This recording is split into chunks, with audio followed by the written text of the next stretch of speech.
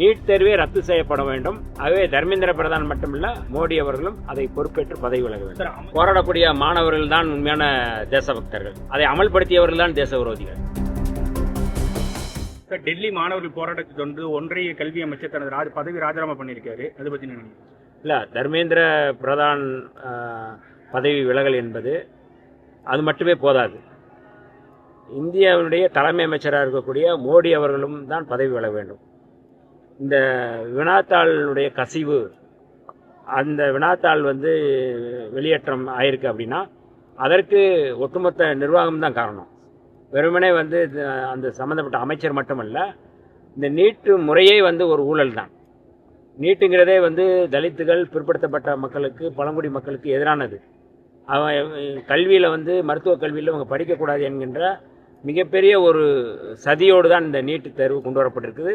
விடுதலை சிறுத்தைகளை பொறுத்தளவில் தொடக்கத்திலிருந்தே நாடாளுமன்றத்திலும் எங்களுடைய தலைவர் எழுச்சி தமிழர் தொல்காப்பியன் திருமாவளவன் அவர்கள் இந்த நீட் தேர்வு முறையே கூடாது, இது ஒட்டுமொத்தமாக கல்வியை, மருத்துவ கல்வியை பறிக்கக்கூடிய ஒரு செயல், இது ஒரு சனாதன உத்தி என்று நாடாளுமன்றத்திலே பேசியிருக்கிறார்கள்.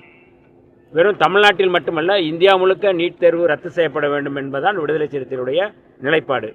டெல்லியிலே நடத்தப்படுகின்ற சிஜேபி என்று சொல்லக்கூடிய காக்ரோச் ஜனதா பார்ட்டியினுடைய அமைப்பு நடத்தியது தர்மேந்திர பிரதான் பதவி விலக வேண்டும், அது அவர்கள் மீது நடத்தப்பட்ட தாக்குதலுக்கு காரணமானவர்கள் தண்டிக்கப்பட வேண்டும் என்று அவர்கள் கோரிக்கை வைத்திருந்தார்கள். அது ஒரு வகையான கோரிக்கை. ஆனால் நீட் தேர்வே ரத்து செய்யப்பட வேண்டும். மோடி அவர்கள் இது ரத்து செய்யப்படும் வரை இந்த போராட்டத்தை தொடர வேண்டும் என்பதுதான் எங்களுடைய பார்வை.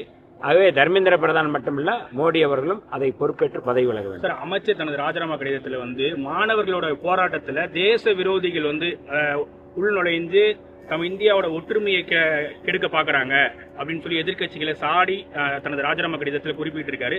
தேச விரோதிகள் எதிர்கட்சிகளை குறிப்பிடுறாருன்னு எடுத்துக்கலாம். போராடக்கூடிய மாணவர்கள் தான் உண்மையான தேசபக்தர்கள். கல்வி தொடர்பாக இந்த தேசத்தின் மீது அக்கறை கொண்டு அவர்கள் போராடுகிறார்கள். அதை அமல்படுத்தியவர்கள் தான் தேச விரோதிகள். இந்த புரட்சியாளர் அம்பேத்கர் யாத்து கொடுத்த அரசியலமைப்பு சட்டத்துக்கு எதிராக இது கொண்டு வரப்பட்டிருக்கின்றது.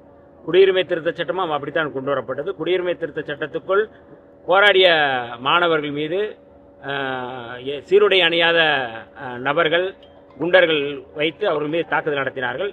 அதே போலதான் இந்த போராட்டத்திலும், அதாவது நீட்டுக்கு எதிராக மாணவர்கள் தன்னெழுச்சியாக பல்வேறு இடங்களில் போராட்டம் நடத்திய போது டெல்லியில் சீருடை அணியாதவர்கள், அதை நீ கையில் பார்த்துருப்பீங்க, அவங்க எந்த இடத்துலையும் காக்கி சட்டை போடலை, இராணுவத்தினர் இல்லை, ஆனால் அவங்க குண்டாந்தேடியை வச்சு எலக்ட்ரிக் கம்பியை வச்சு அடிக்கிறாங்க.